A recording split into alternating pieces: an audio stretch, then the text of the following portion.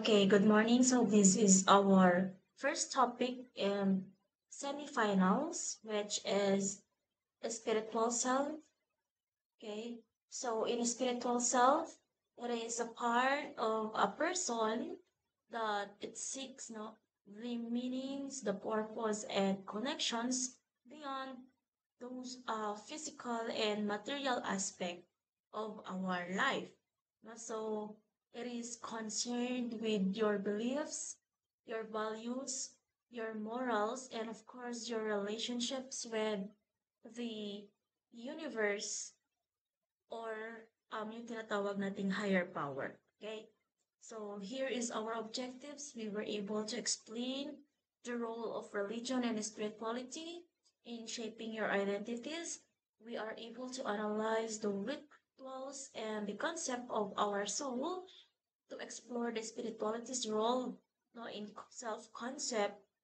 And last is to apply the spiritual mindfulness techniques. Okay, so religion and spirituality when it comes to shaping the identity. So when we talk about the understanding the self, we are not only looking at our physical body or di kaya naman sa thoughts natin. So we also exploring your spiritual aspects of who we are. Okay, so we include our faith, our beliefs, our values, and of course, your sense of purpose. So both yung religion and yung spirituality, they play a big role when it comes in shaping your identities. Okay, so kung paano natin tignan yung ating sarili and how we live our lives. Okay?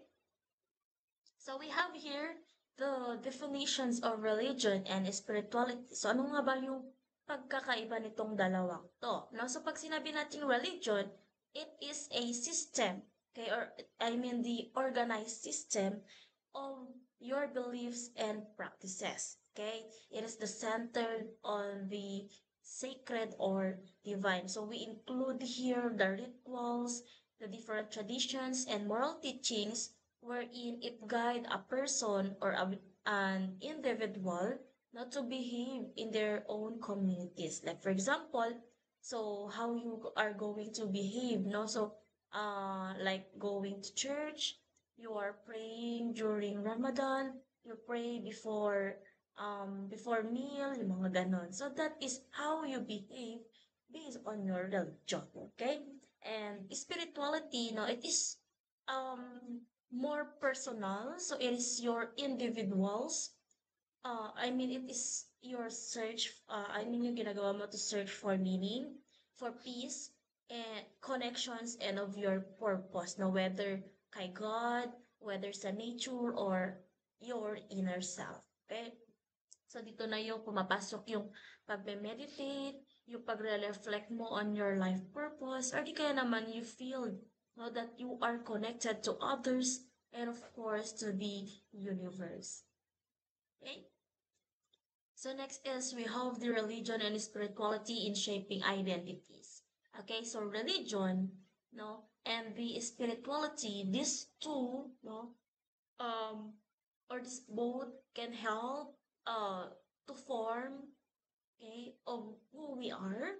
So our values, our decisions, our relationships, and of course, our sense of belongingness. Okay, so pagdating kay beliefs and morals, ano ba yung pagkakaiba ng religion and spirituality? Si religion, it provides a clearer moral codes, So what is right, what is wrong, okay?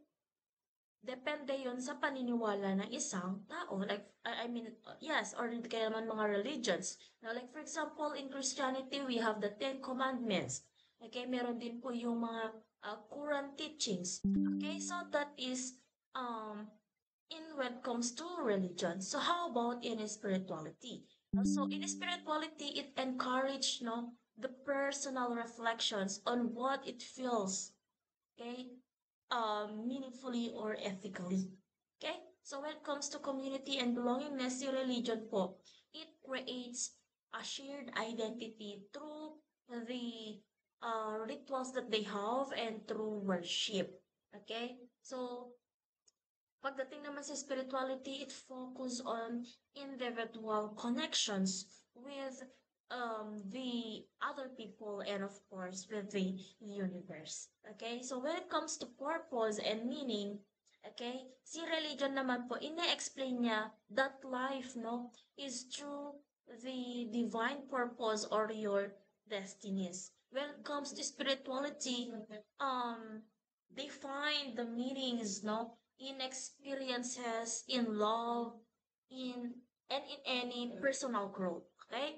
And lastly is when it comes to coping and strength, religion, no, they have their faith in God that it helps the people to endure their hardships, okay, or yung kanilang paghihirap. Okay? Pero kay spirituality, there is always the inner peace and the mindfulness wherein it promotes the emotional resilience. In short, pag sinabi natin religion, it gives structures. Okay? While kay spirituality, ano yung binibigay niya? It's the personal depth.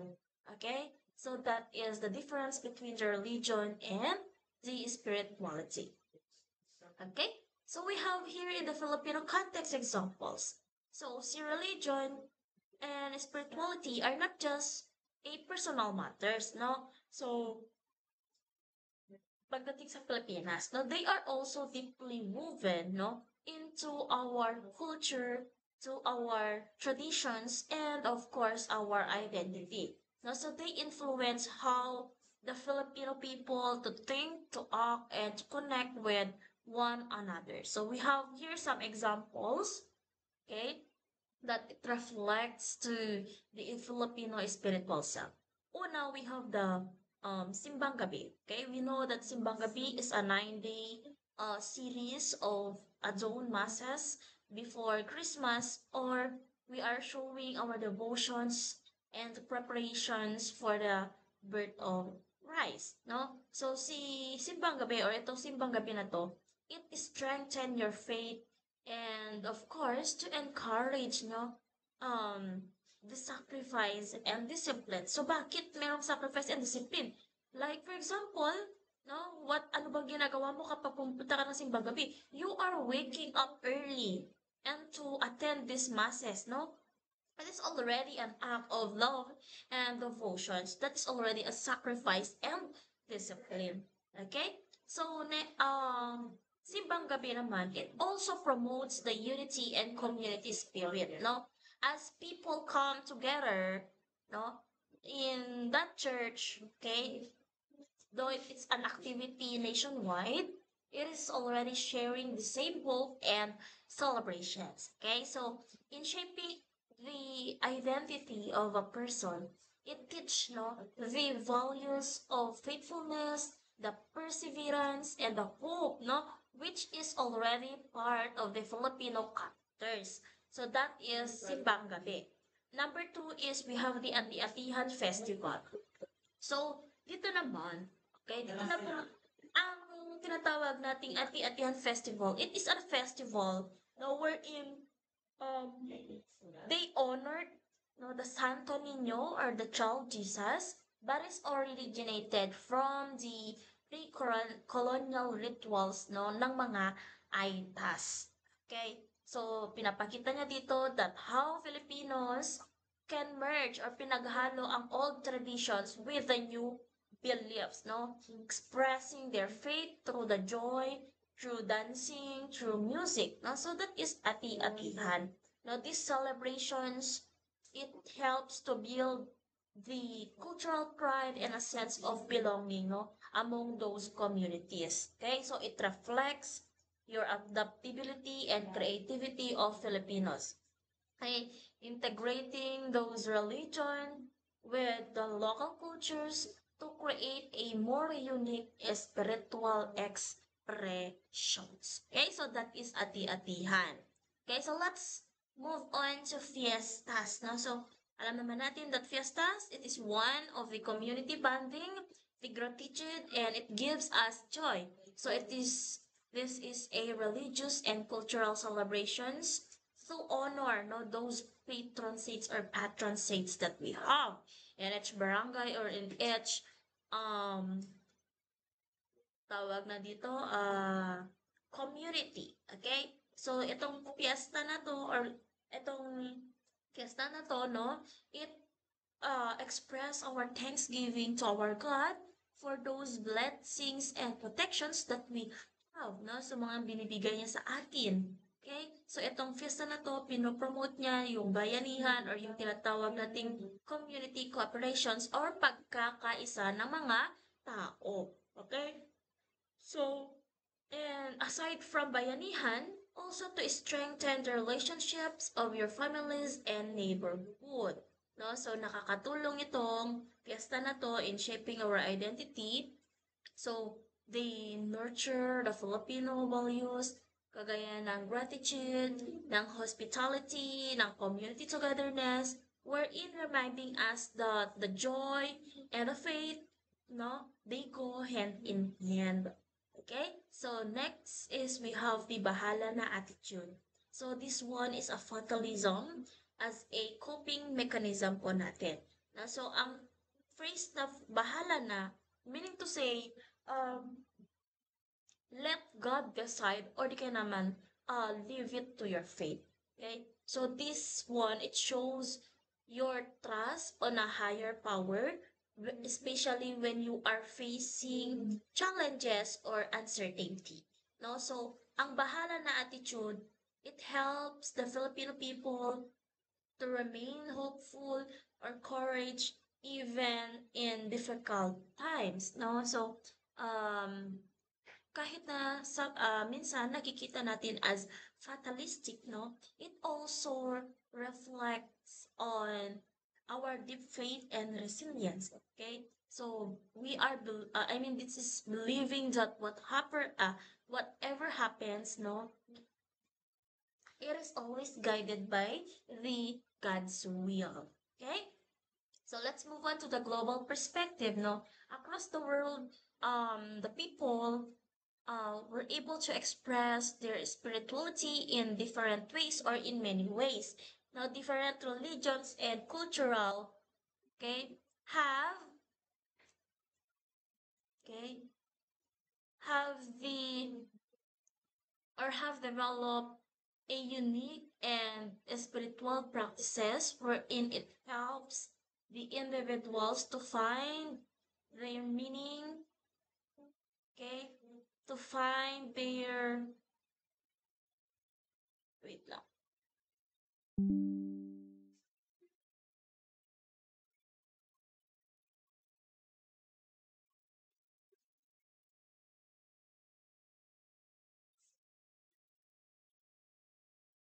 Okay, to find their meaning, the peace, and of course their understanding. No, so these are the practices wherein it shape how the people view themselves and how they live with their lives. No, so una we have the meditations.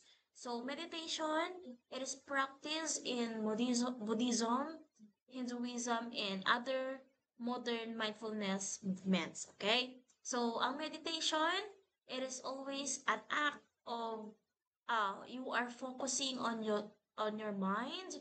No, sometimes this is like ginagawa natin yung breath in, breath out, being silent, or yung you have your mantras para po ma-reach natin yung inner peace and awareness natin. No? So, ang meditations, natutulungan niya ang isang individual to connect with their inner self, not to manage their emotions, okay, or to calm their mind. So, ang meditation, tinuturuan niya tayo to have a self-awareness, to have discipline, or to have a balance in life. No? So, it allows people to understand and to understand who the true who you truly are, kung sino ka talaga, beyond those stress, anger, or di kaya naman yung ego natin. Okay? So, yon po ang meditations. Next is we have the prayers. No? So, This mostly a practice in Christianity, in Islam, and other faiths. Okay? So ang prayer, it is a one way to communicate in a one way of communicating with our divine or the higher power. Now we express our gratitudes, we seek for the guidance or to ask for the strength. Okay, so ang prayer, nakakatulong siya to build our faith, no, to humility and to our trust in to a higher power. So through prayer po kasi, people were able to develop those values kagaya po ng hope, forgiveness, okay? Or pagpapatawad, and of course, compassion. No? So it always reminds us, no, that they are part of something that is greater than ourselves. Okay? So that is prayer. Next naman is we have the yoga. Pag sinabi natin yoga, it is a practice of self-discipline and the mind-body integrations. So when we say yoga, it's originated in India, no? So isa siyang spiritual discipline wherein they combine the physical postures, the breathing exercise, and of course, meditations. It is always promotes the unity of the body, your mind, and of course, your spirit, no? Wherein it leads to a balance and harmony of our life, no? So if we continue to practice yoga, it helps the individuals to become more mindful, to become more disciplined, and to have a self-awareness. Okay, it shape a calm, and of course, it focus on your personality.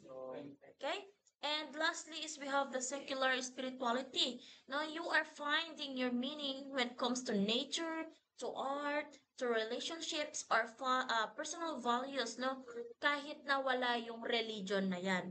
So pag sinabi nating secular spirituality, this is for those people who are not belong to any kind of religion, but they are still seek for connections, for their purpose and the meaning of their life. Okay? So in secular spirituality, it involves reflections, the gratitudes and appreciation for our life that we have and to the world around us. Okay, so it helps the individual or the person to form their identity based on the universal values. So ano yung universal values na yan? Ito po yung love, yung kindness, or di kaya yung respect natin. Now, this is not specific, no? It's not tied to a specific faith. Hindi siya nakatali sa any kind of faith that we have. Okay? So, yun po yung tinatawag nating secular spirituality. Next naman is we have the rituals and self-concept. Okay? Or I should say rituals and the concept of self or self-concept. Okay? So, when we study the self, we do not only look, no, at our thoughts and of course in our emotions. We also explore how these rituals and disciplines belief, okay, or spiritual beliefs, okay, it influence our identities, our values, and of course our behavior. So ang rituals na to are important part ng isang human culture. Okay? Because they were able to connect the individual self to our community, to our culture, and to the sacred. Okay? So, pag sinabi natin rituals, it is a symbolic actions that is performed. It's either regularly or in any special occasions wherein it carries a deep meaning. So, pwede siyang maging religious, cultural, or personal. So, it helps to express their beliefs, their emotions, and their values. Okay, like for example, you are attending the Sunday Mass, you have your Friday prayer, you start your day with morning prayers, Okay, or di kaya naman doing your meditations, you celebrate your birthdays, the weddings, or graduations. So that is some example of rituals. Okay, so what are those functions? Okay, these rituals, it shapes the self and society in many ways. Okay, so there is their functions. Una is to strengthen the faith and spirituality. So it reminds the people of their beliefs and their moral values, no? Because it were able to develop the inner peace and devotions. Number two is to preserve traditions and cultural identity. Now, we pass down the cultural identity from one generation to another. Now, so, from that one, it helps to build the sense of belongingness and the continuity of the cultural identities. Okay? Number three is to create a social unity and belonging. No? So the it brings the people together in a shared practices. So nakakatulong siya to strengthen our social identities and our relationship to others. Okay? And of course is the marked transitions that we have, no? We celebrate or we honor our life changes or life event changes, no? Like for example, nung ipinanganak ka hanggang sa ikinasal ka, hanggang sa namatay. Okay? So it helps the people para po tanggapin yung pagbabago ng kanilang buhay. Okay? To find the meaning in their life events. Okay? So that is the functions of rituals. So we have the types of rituals. First is religious rituals. No? So these are the practices that we express our faith and devotions. No? So we do mass, we attend mass, there are some using the Ramadan fasting, the baptism, okay, we believe in baptism, the confessions, the holy communions, the temple offerings, okay? So that is a religious ritual. Number two is cultural beliefs. No? So this is linked to the traditions and community celebrations. Like for example, we do celebrate the town fiestas. There is always the indigenous dances, the national holidays we celebrate. No, that is a cultural rituals. Number three, last is personal rituals. So it is the individual habits na wherein it gives the comfort, the focus, or di kaya naman mindfulness. Ito na yung daily prayer natin, yung paggising natin, nagpre-pray na tayo agad. There is also journaling or nagsusulat. Okay? Meditations, or sometimes we do the lighting of candles for our reflections. Now, so those are that three is the types of rituals.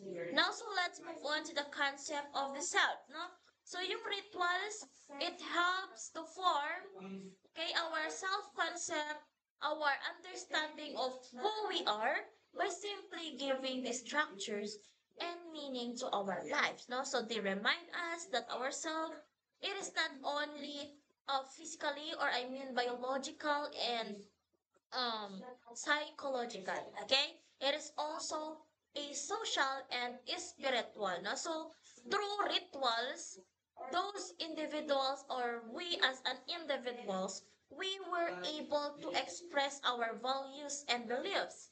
Okay, we strengthen our connections to others and to our divine or the higher power. We discover the meaning, okay, in our daily actions or yung life events natin. We were able to develop this stable sense of our identity na nagmula sa ating mga kultura at sa mga paniniwala. Okay? So that is the concept of the soul. So we have here, no, in many traditions, the soul is seen as a spiritual essence, okay, of that person. Okay, so the part that it gives life, no, or conscience and the moral directions. Okay, so first we have the Christianity, no, so it's the immortal soul judge in afterlife or yung heaven and hell na paniniwala natin, no? Kapag namatay ka, tsaka ka lang i-judge doon sa taas kung maganda ba yung ginawa mo, nagawa mo ba lahat ng mga, or nakita mo na yung purpose mo, mga ganon, okay? So, our soul is immortal, okay? And it is judged, no, after our death. Okay? So, ganun po sa Christianity. Okay? In Hinduism and Buddhism, yung soul po or yung tinatawag nilang Atman, it is reborn through reincarnations. Reborn meaning to say muling pagkasilang. Okay? Through reincarnations. Okay? So, the karma, it influenced the rebirth. Meaning to say, kung ano yung magiging karma mo, yun yung mangyayari when it comes to reincarnation. Okay, kung naging mabuti ka, so saan ka pwedeng i-reincarnate? Ano yung ibibigay sa'yo? Okay, kung hindi maganda yung ginawa mo, then pangit din yung papalit. Okay, so that is reincarnations. Okay, the karma influence the rebirth. Okay, so next naman is Islam, no? Yung soul daw po nila, it returns to Allah. And of course, there is always accountability or they are going to face no the judgments.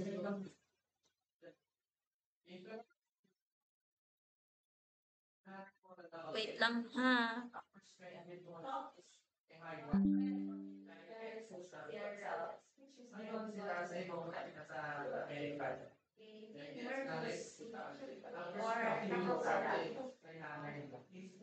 Okay? So, yon. And of course, philosophy, no, kung kilala niyo si Plato, no, he saw that also the soul is separate, no, from our body. And of course, Aristotle is sinasabi niya din that it is the essence of our life, no? So, the soul defines our personal identity beyond the physical. So, it represents our true inner self, our conscience, and spiritual connections to the divine. Okay? So, next we have the role of the soul. No? So, dito naman, sa role of the soul, yung soul po natin, sometimes we describe as the non-physical essence of a person.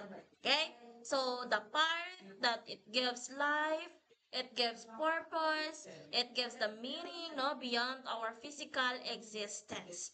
Okay? So, kung wala daw si soul, walang sense po ang ating physical body. Okay? So, it is true that the soul, no, the human experience will morality, conscience, and spirituality. Okay? Una, it defines the personal identity beyond your physical body. No? So, yung soul natin, it represents who we truly are. Okay? Our inner being, okay, it remains constant kahit na nagbabago po yung ating katawan every time. Okay? So, our physical appearance may change, no? But our thoughts, our beliefs, our inner spirit, it will always define our real identities. Okay? That is why we sometimes describe someone, no, having a beautiful soul, meaning to say you have a good character, there's a compassion, and of course, a depth, no? So, in philosophy thinkers, yung mga philosophical thinkers natin, kagaya ni Plato, naniniwala siya that the soul is the true self, no? While our body, it is only the temporary vessel. Okay? So, yun po yung sinasabi ko kanina. Okay? The soul remind us that our identity is not only about our body or our image, no, but it is always our values, our conscience, and of course, our purpose. Okay? So, it is source of conscience, morality, and spirituality. So, yung soul natin, it serve as a moral compass. No? So, it help us to know the right from wrong, to fill the gate, the guilt, kako pala, the compassion or di kaya naman yung peace na meron tayo. Okay? So, it is where in our spiritual values and the sense of goodness came from, no? Kung saan siyang nanggagaling. This is when the people will reflect, to pray or to meditate, no? They are listening to the voice of their soul, or get to their soul. That's why the religions will teach, in nurturing the soul through the good deeds or yung mga faith natin na nagli-lead into inner peace and moral growth. Okay? So kapag iniintindi, I mean, um, in connections of ourselves, no, yung soul natin, it guides our behavior and decision making. It shape our actions to reflect, no, kindness, integrity, or di kaya naman is honest. Okay, yung pagiging tapat. And lastly, it connects to the humans to the divine or eternal reality. No? So, the soul is served as a bridge between the human and with the divine. Okay, so it gives us always the capacity to connect with our God, to connect with the nature or to the higher purpose. So madami tayong paniniwala, okay? Okay, there are many faiths, okay? Believe that while our body dies, kapag namatay daw yung ating katawan, yung soul po natin is continue to exist. Okay? It's either we are going to return to God or being reborn or yung tinatawag nating reincarnation or reaching your spiritual liberations, no? So this is a belief wherein it gives life meaning and directions, no? It motivates the people to live with the purpose, the compassion, and their faith, no? So by simply recognizing your soul's connections with the divine or yung pinakamataas, it helps you as an individual to see that life is a part of our greater, or I mean of a greater plan, no? So it inspire you hope, the gratitudes and a sense of belonging to our universe, no? So kapag sinabi kasi natin that the soul is a deepest part of the self, no? So it always defines who we are beyond our physical body, no? So it guides us through our conscience, our morality, no? So it connect us to something that is greater to ourselves or than ourselves. So ito na yung si God and anything. Okay? So understanding the soul, it helps you as a student to realize that the self is not just a physical or psychological, but it is also spiritual and eternal. Okay? So we have this spirituality role in self-concept. No? So when we say self-concept, this is how we see, how we think, and how we feel about ourselves. No? We always answer the question, who am I? That's why we include here the three parts. First is the self-image. No? So how you see yourself, your abilities, your looks, or your personalities. That is self-image. Next is self-esteem. No? How you give value or how you value yourself. It's all about your confidence. It is all about your self-worth. Okay?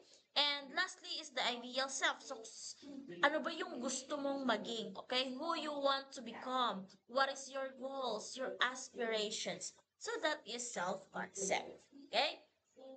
So in spirituality, it is a person's, no? They search, I mean, yung inner love, it search for their meanings, for their purpose, their connections to our gods, to the nature, to the others, or in their inner self, no? So hindi po siya laging nakatied or nakatali sa relihiyon, okay, or sa mga religion.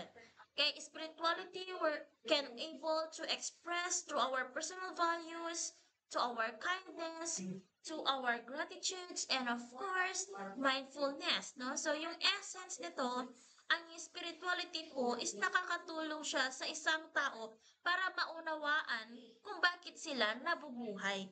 Okay? It's not about how they live. It is all about why they live. Okay? So we have here spirituality, no? It plays a important or a big role when it comes in forming to have a healthy and positive self-concept. It is because it helps the individuals to find their purpose, their directions, and peace within themselves. Okay? So, una, now, what is the role of this spirituality? No? So, una is we have the values and beliefs. Is spirituality, it gives a person a moral and ethical guidance. Okay, so what is really right or what is right and meaningful, no? So this is to help to build a self, no, that acts, no, with integrity and compassion. Okay, so the purpose and directions naman, it helps the people to understand their purpose in life. Okay, what and of course, kung ano po yung what it's truly matters, no? So this to help to create a strong sense of identity and of course a motivations. Next naman is resilience and coping. So it is a spiritual belief, no, that it's provide comfort, a strength during the challenges or we experience struggles. So this is to help to develop the confident, the hopeful, to give hopeful, and of course emotional stable of ourselves. Okay, and of course we have the connections with others or identity formations. The our spirituality teach us to have empathy, forgiveness, and of course, kindness. Okay, so it builds a positive relationships and a sense of belongingness. That is the effect on our self. And of course, in addition of that is we have the self-awareness and growth. Okay, this is to encourage, to reflect and to have a mindfulness. Okay, because this one it leads to a deeper understanding of one's true self. Okay, that is why kapag sinabi nating spirituality, okay, it plays a big, okay, nakakatulong siya to shape our identities. Okay? So next we have this example in context. No? So in Filipino context or in Filipino setting, like for example, yung belief natin na bahala na, wherein it reflects, no, to your faith. Okay? It's a belief that the God will guide your path or one's path. Now, this is to strengthen your confidence and to have a emotional balance. Next is we have the global settings or in global context naman, we have the meditations or prayers. Now, that is a practice. Okay, it helps these individuals to keep to feel calm, to feel calm, to have a disciplines and to feel the purpose. Okay, this is to help in shaping their identity. Like for example, they are being patient, they are reflective, or di kaya naman compassionate people, no? That is in global context, no? So ang spirituality, it shapes how we see ourselves and how we live in our lives, no? It helps us para po mahanap natin yung ating purpose, to stay resilient, to make it more connected, no, with others and to the higher power. No, kapag inintindi natin or naintindihan natin ang sarili natin when it comes to spiritual self, we begin, no, to see that the most important part of who we are is came from our values, from our faith, and our sense of meaning in our life. Okay? So we have the spiritual mindfulness. So ang spiritual mindfulness, when we say mindfulness, it is the meanings, okay?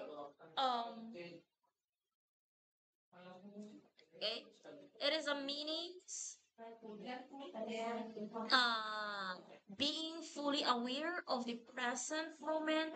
Okay, you are paying attention to your thoughts, to your feelings, and to the surroundings without any judgment. No? So it is about living in the now or in present instead of you are worrying to your past or to the future. No? So pag sinabi natin pagdating sa spirituality, ang mindfulness na yan, it is a one way to connect with one's inner self para po ma-develop din natin ang peace and gratitudes and our focus. Now, in short, pag sinabi natin mindfulness, it is a training that our mind is to calm, to be more aware and compassionate. Now, it's important part to have this and spiritual growth and self-understanding. Okay? So pag sinabi natin spiritual mindfulness, this is always lends to our mental focus and spiritual awareness. Now this is allows the individuals to reflect, okay, deeply, to listen to their conscience, to nurture their relationship with their God, with the nature, or to their inner being, no? So this spiritual mindfulness, no, the purpose is to find inner peace. Okay, the benefit of this one is to find inner peace and clarity. Okay, para po ma-improve yung kanilang emotional control and focus, para po ma-enhance yung kanilang spiritual connections, and of course, self-awareness, no? So, ito ay nagmula, no, sa Buddhism. Okay, pero it is already applied in psychology wellness. Okay? So, we have the different techniques. Okay, so we have the meditations, prayer, deep breathing, and yoga. Okay, uno, we have here the meditations. When we say meditations, it focus, no, in our mind, okay, on our breath, breathing, I should say, yung parang breathe in, breathe out, mga ganun. Silence, okay, or di kaya naman you have your sacred thoughts or yung tinatawag nating mga mantras. Okay? So, this one, it helps to build calmness, the self-awareness, or di kaya naman, yung tinatawag nating spiritual insights. Okay? So, pangalawa, we have the prayer, no? So, sa prayer, it is talking or di kaya naman listening to our God. Okay? It's either you have spoken, silent, or di kaya naman meditative, okay? This is to deepen your faith, your gratitudes, and emotional healing. So, malaking tulong din yung prayer natin, especially kapag down na down ang isang tao. Okay? So, next naman is the deep breathing, no? So, it is like, for example, slowly breathing in and breathing out para po ma-relax yung ating katawan at ang ating isip, no? Sometimes they use the yoga, they use therapy, or di kaya naman yung tinatawag nating stress management. So, it is important, no, to have a deep breathing to reduce anxiety, to increase your focus, and of course, to restore your inner peace para magkaroon ka ng inner peace or peace of mind. Okay? And lastly is we have the yoga. Okay? So, ang yoga naman, it is a exercise, no? They combine the posture, the breath, and meditations. Okay? So, we know that's originated in Hinduism. But now, they use globally or for for wellness. Okay, so this yoga, it helps to promote between harmony or yung pagkakaisa or the integrations between the body, the mind, and of course our spirit. Okay, so pag sinabi nating spiritual beliefs, okay, spiritual mindfulness, no? It teach us to slow down, okay? Hinay-hinay lang, to breathe, huminga tayo, and of course, to connect, okay? So, hindi naman po masama na gawin natin tong mga bagay na to, okay? So, nowadays we need this one. It is because we feel the pressure or the different stress. That is why it is important to have some spiritual mindfulness. Okay.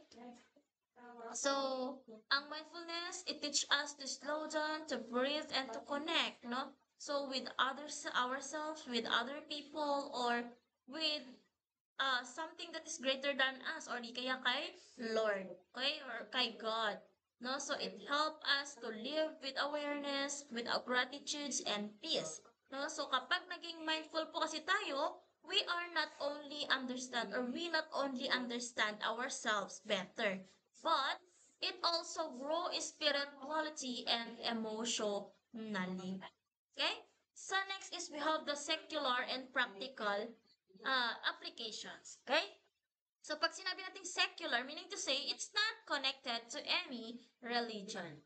Okay? So ang secular mindfulness, this focus on our mental health, focus and well-being, no? Instead of religion beliefs, no? So, pwede po siyang gawin to anyone, okay? It can be practiced by anyone, regardless po kung ano yung kanilang paniniwala, because it centers on our self-awareness and of course, the emotional balance. Okay? Pag sinabi nating secular, okay, ang mindfulness po can be both spiritual and practical use, no? So it helps the people in work, in school, and in our daily life to stay calm, to stay focused, and to stay grateful, okay?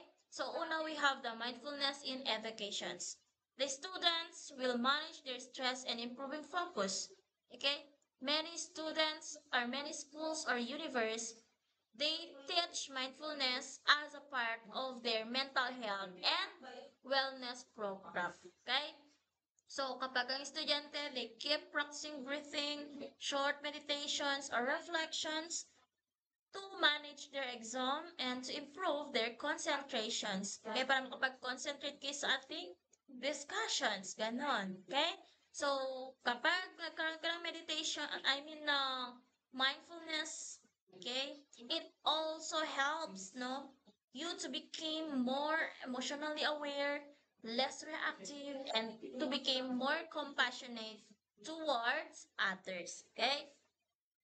So, yon po ang mindfulness in the education. So, mindfulness in the workplace, no? So, it is for better focus, for teamwork and productivity. Now, there are some employees and leaders, they use mindfulness para po makapag-focus sila, okay? And they have their resilient during their stressful days or busy days, no? This is to encourage to have a self-awareness, positive communications, and better decision making, no? So, yun po yung sa mindfulness in our workplace. And lastly, we have the mindfulness in our daily life, no? So it applied through small but meaningful habits, no? So even outside the school or work, mindfulness will help the individuals or the person to lead it more peaceful and meaningful life. Okay? So mas maganda kapag um we have the meaningful and peaceful life, no? So, paano ko tayo magkakaroon ng ganoon is to have a mindfulness, okay? So, yun po. So, that's why, no, mindfulness, it's not only for the monks or for religious people, no? This is for everyone. So, whether nasa school ka man, nasa trabaho ka man, or in our daily life, ang mindfulness po is to help us to stay calm, to stay focused, and to stay grateful, no? So, tinuturuan po tayo to live in the moment, to manage our stress, to respond to those challenges with peace and of course clarity. Kapag we keep on practicing mindfulness, it is one of the best way para po to strengthen both our mental health and our spiritual self. Okay? So that's end with our first topic. So I hope you learned something to spiritual self, and I hope you are going to apply this one, no, para naman to have a positive and a good life. Okay, so that's all. Thank you.